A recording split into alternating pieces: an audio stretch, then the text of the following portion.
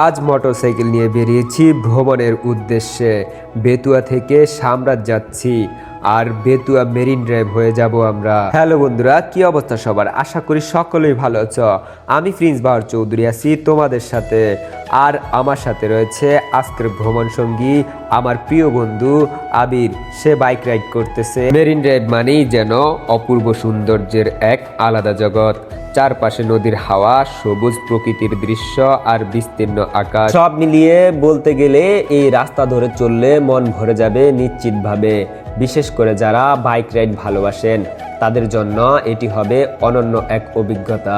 এই মেরিন ড্রাইভের রাস্তা কিছুটা সরল হলেও বাকি সবটাই আঁকাবাঁকা, একবারে সিনেমার দৃশ্যের মতো। নদীর ধারে শান্ত বাতাস যা মুহূর্তে ক্লান্তি ভুলিয়ে দেবে।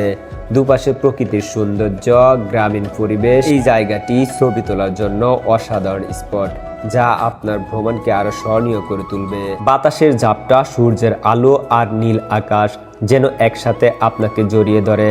মাঝে মাঝে রাস্তার ধারে ছোট ছোট চার দোকান, যেখানে বসে চা খেতে খেতে চোখ ভরে যাবে প্রকৃতির সৌন্দর্যে। দ্বীপ জেলা ভোলা আমার জন্মস্থান, তাই আমাকে প্রায় নদীপথে যাতায়াত করতে হয়।